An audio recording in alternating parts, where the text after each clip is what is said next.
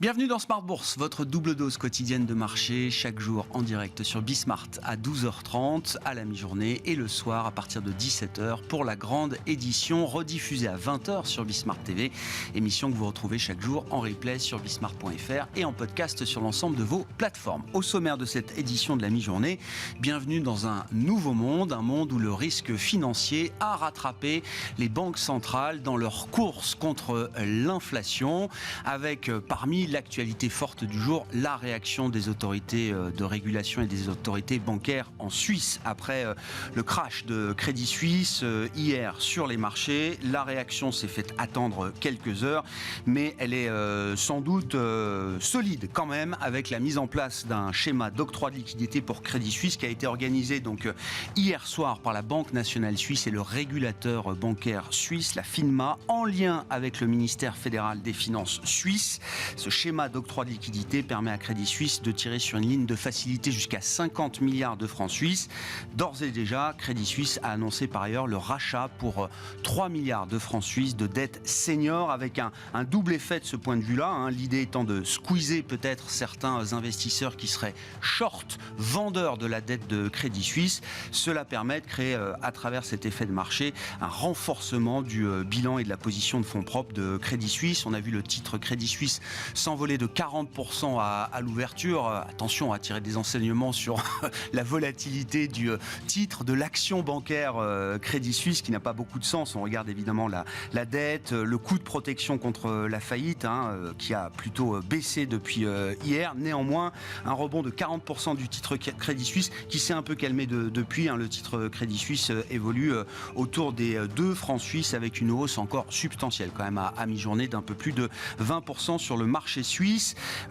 Pour autant, la situation de marché reste fragile. On n'observe pas de rebond généralisé du secteur bancaire en Europe aujourd'hui, et des indices actions qui arrivent à se maintenir à peu près positifs après la baisse des derniers jours. Le CAC 40 se stabilise autour de 6 950 points en progression de 0,8% à mi-séance. L'autre événement très attendu, ce sont bien sûr les futures décisions de politique monétaire, à commencer par celle de la Banque centrale européenne en début d'après-midi, avec sans doute l'idée qu'il n'y a aucune bonne décision parfaite possible pour la Banque centrale européenne. Faut-il garder le cap sur la politique monétaire et la lutte contre l'inflation en zone euro, au risque d'alourdir encore un peu plus peut-être le sentiment négatif du moment et d'accroître peut-être les tensions sur le système financier? Faut-il capituler littéralement sur l'idée de prochaine hausse de taux afin de relâcher à l'inverse la pression sur le système bancaire et financier, au risque cette fois de ne pas aller jusqu'au bout de la lutte contre l'inflation et de créer des effets retour qui pourraient être là aussi délétères pour les investisseurs? Tout ça pour montrer que l'équation c'est encore un peu plus compliqué pour les banques centrales, BCE aujourd'hui et bien sûr la Réserve fédérale américaine. La semaine prochaine, on fera un point d'étape global sur la situation de marché et les tensions qu'on observe depuis une semaine maintenant avec nos 2 invités dans un instant.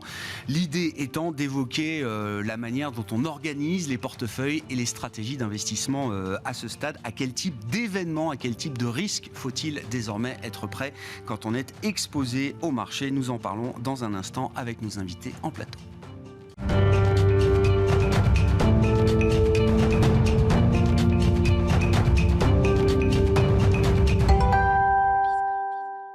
Deux invités avec nous pendant cette demi-heure pour un point d'étape global sur la situation de tension qu'on a pu observer depuis une semaine sur les marchés financiers. Juliette Declercq est avec nous en plateau, présidente et fondatrice de JDI Research. Bonjour Juliette.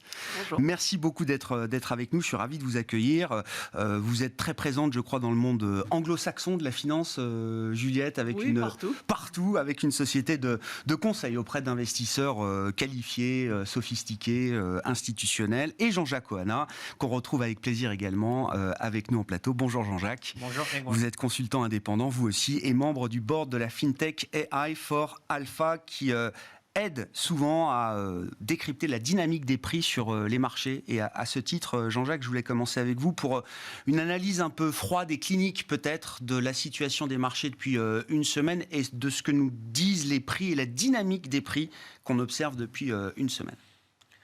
Alors absolument, je pense qu'on est dans un paradigme intéressant parce que par exemple sur les taux, il s'agit au niveau macroéconomique des mouvements les plus violents depuis très longtemps. Alors en effet, ce qui est intéressant, c'est de voir en fait de partir de l'obligataire et après d'aller vers toutes les classes d'actifs pour essayer de comprendre le scénario qui est en train de s'enclencher sur les marchés. Ouais. Pour déjà avoir une idée de la dimension de surprise, donc de la dimension de Black Swan, en fait, de signe noir, de cet événement de la faillite de SVB, il faut peut-être repartir de mercredi dernier, puisqu'on est vraiment quasiment il y a une semaine. En fait, on avait Jérôme Powell qui nous disait qu'il allait accélérer le rythme de hausse de taux.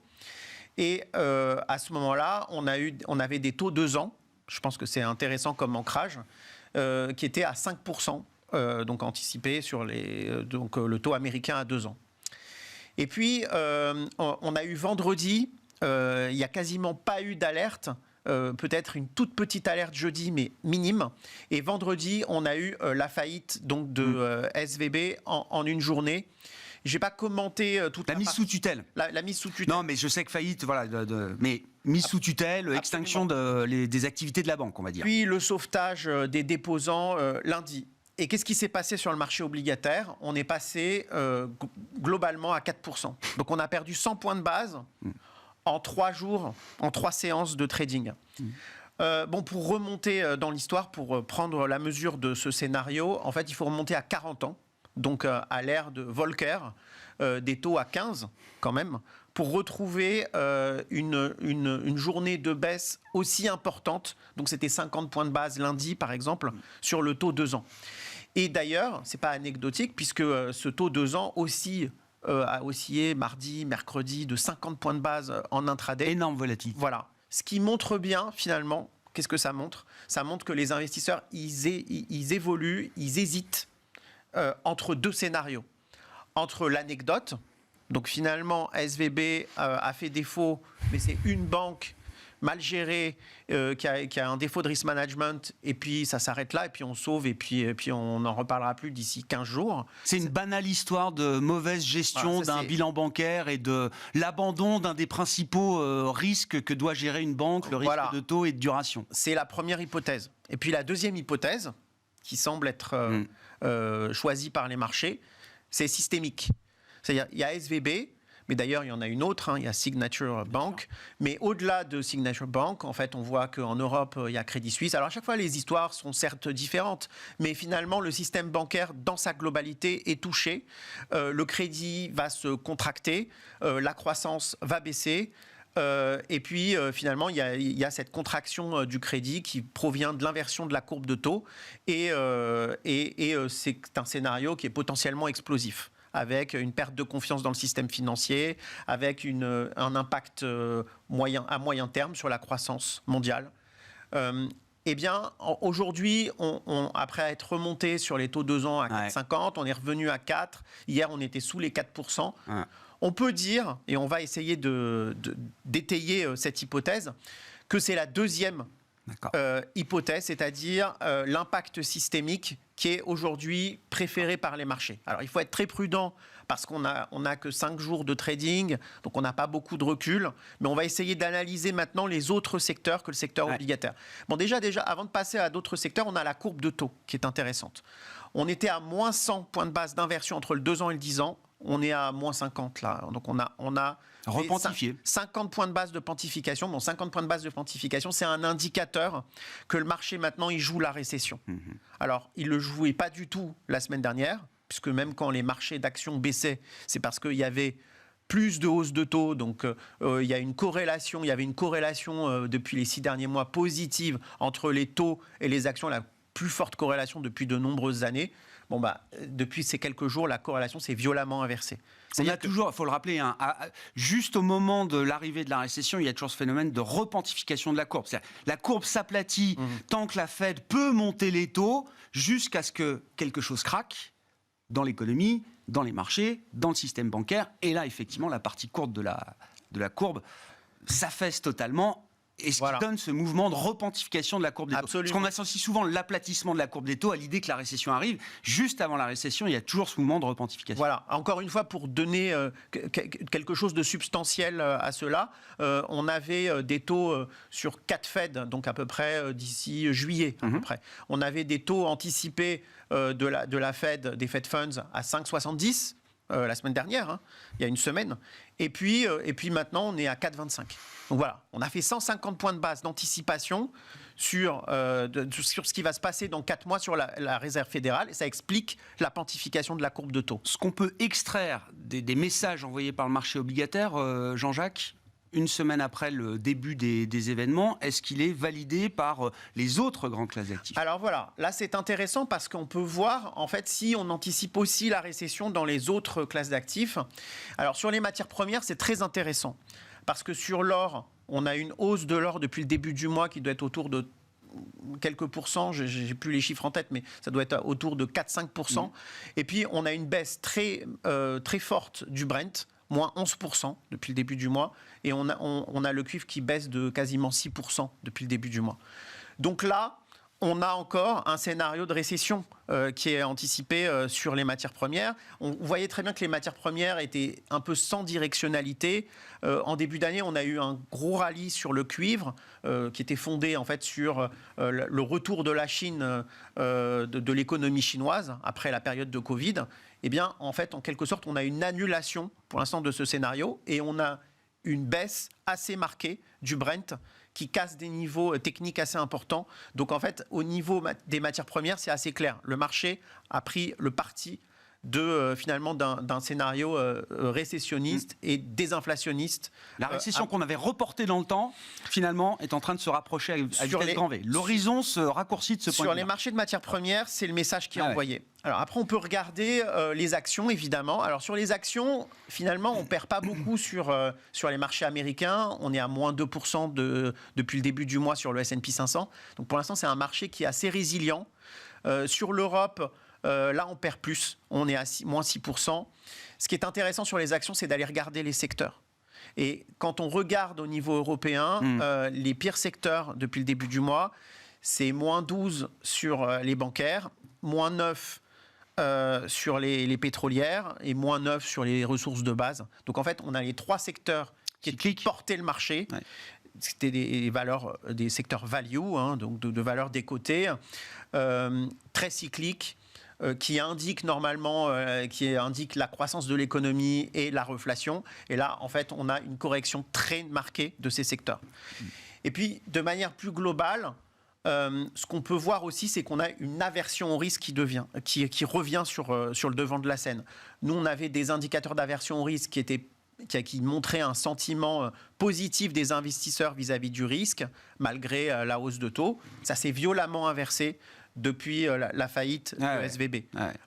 Donc ça, c'est les indices que nous calculons chez AI4 Alpha et qui indiquent une défiance assez matérielle pour le risque de la part des investisseurs au niveau global sur le système financier. Encore une fois, le monde peut changer très vite sur les marchés. On l'a vu en quelques jours, en une semaine maintenant. J'allais dire, jusqu'à la Fed la semaine prochaine, chaque heure va compter comme une journée, chaque journée va compter comme une semaine, chaque semaine comptera comme un an peut-être du point de vue des marchés, Jean-Jacques. La situation est définitivement entérinée du point de vue des investisseurs, ou est-ce qu'il y a encore la possibilité qu'on revienne au scénario de l'anecdote ? On ne peut pas dire que la situation est entérinée après 5 jours. On a des niveaux matériels de risque qui sont aujourd'hui traversés. Donc, en termes d'action dans les portefeuilles, à notre sens, ça nécessite d'activer des mesures de stop loss. Il est encore temps de se couvrir. Oui. Absolument, de prise de profit. Nous, en fait, nos systèmes déleveragent le risque et réduisent le risque matériellement. C'est très rapide. Donc il faut couper. Voilà. Cependant, on ne peut pas dire que la situation est complètement entérinée. Il n'y a pas nécessairement d'irréversibilité.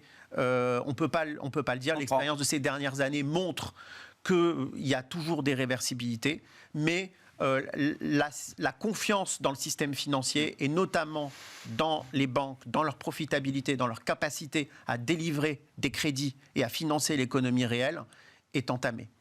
Merci Jean-Jacques. Restez avec nous. Jean-Jacques Oana, consultant indépendant, membre du board de la FinTech AI for Alpha, qui était avec nous en plateau.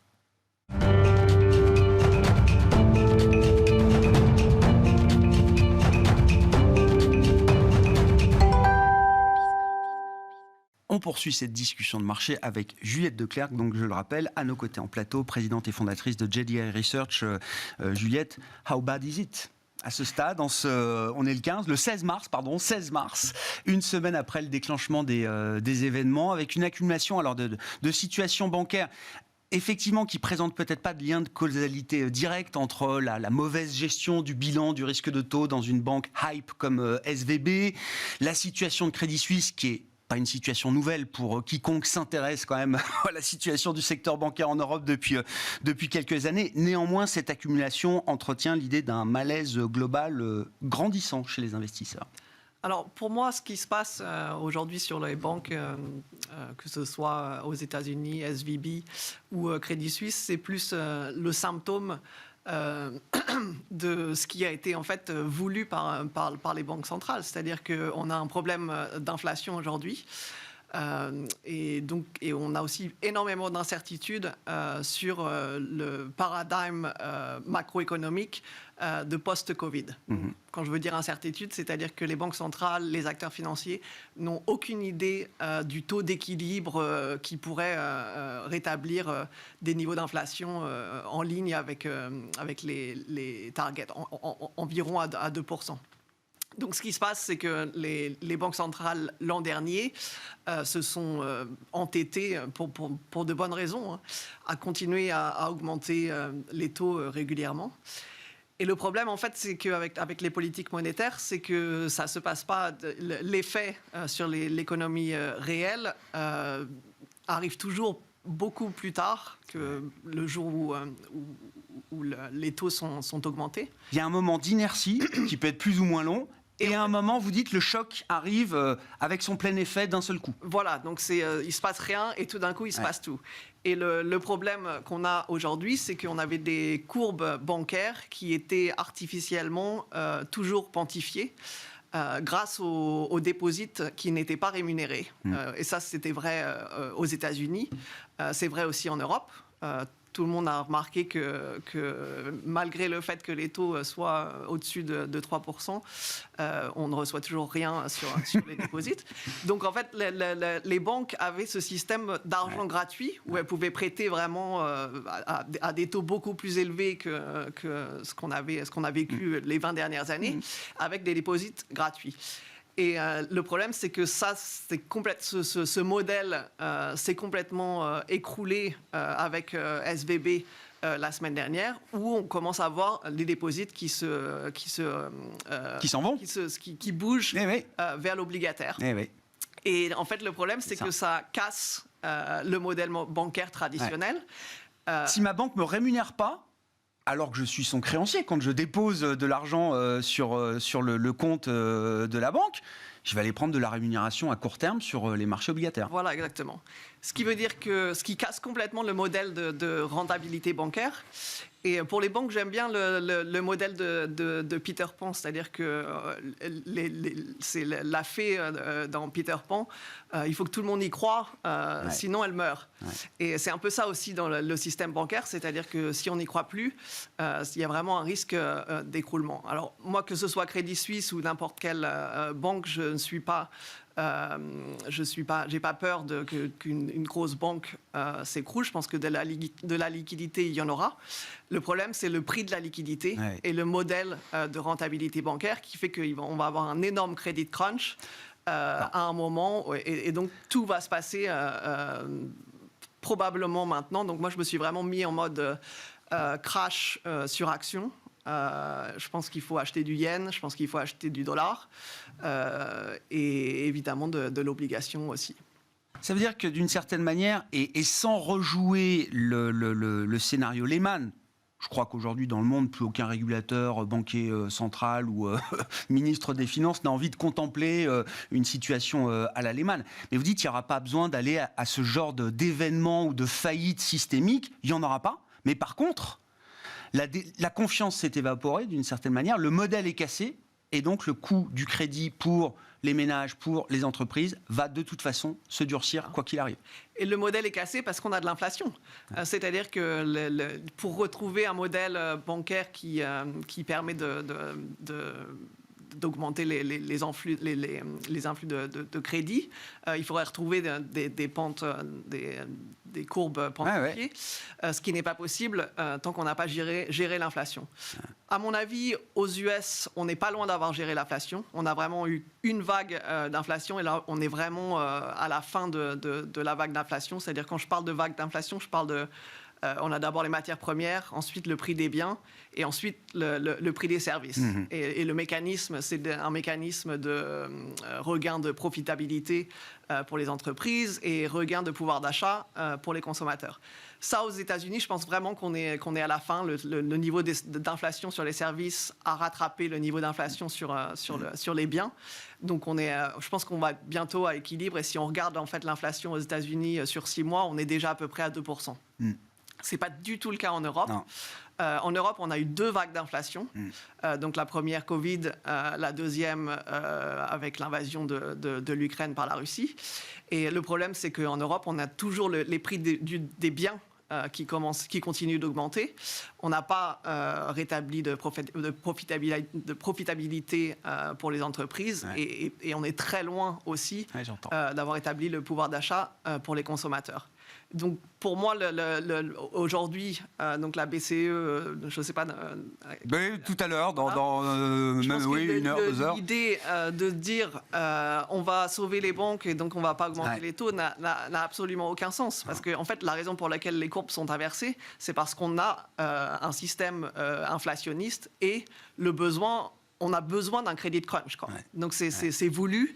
Et donc, quelque on aimerait que ça se passe de manière ordonnée.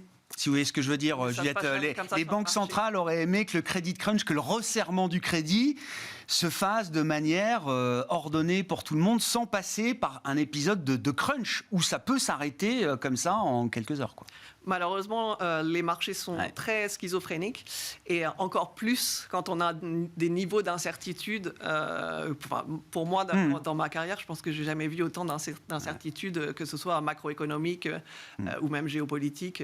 Et donc, on a vraiment des investisseurs qui courent après le dernier chiffre, la dernière nouvelle, et d'où la volatilité énorme et la difficulté pour les banques centrales de trouver le niveau de taux qui va permettre... bien sûr, de faire baisser l'inflation, de rééquilibrer l'offre et la demande. Donc vous dites, si la Fed est smart, la Fed est smart par principe, mais vous dites qu'il y a une porte de sortie assez... idéal d'une certaine manière pour Jérôme Powell, s'il est prêt à retourner sa veste, parce qu'encore une fois, comme le rappelait Jean-Jacques il y a une semaine, lui-même était en train de plaider pour la possibilité d'une réaccélération du rythme de hausse de taux, d'un taux terminal plus élevé, etc. Donc ça, c'est la semaine prochaine.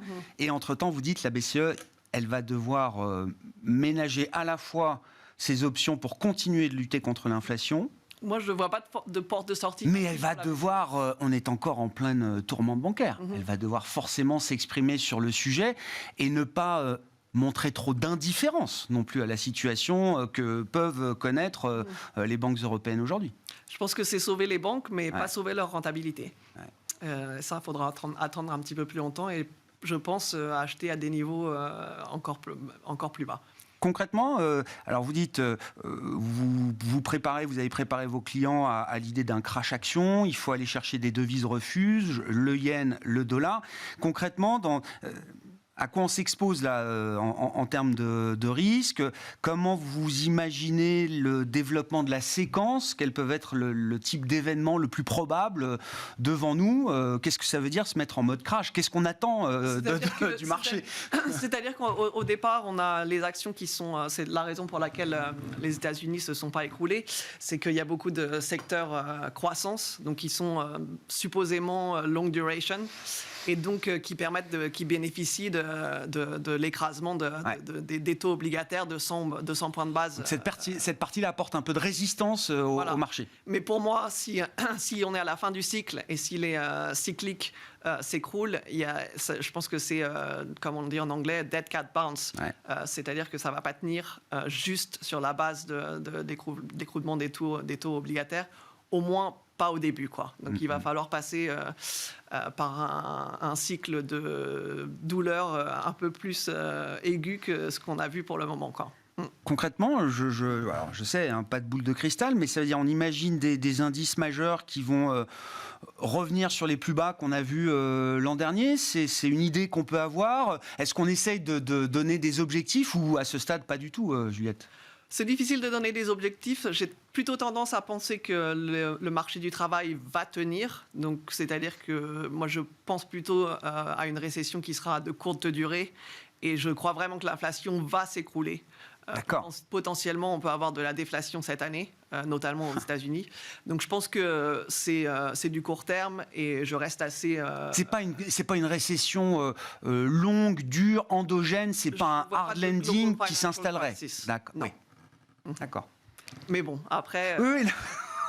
Franchement, la stratégie chez JDI Research, c'est vraiment tous les jours et quasiment toutes les heures en ce moment de vraiment réévaluer ce qui se passe parce que tout est pass dependent et voilà. Mais je pense que ce qui se passe là était écrit et que donc il faut s'attendre à ce que ça continue et qu'on ait passé le cycle de...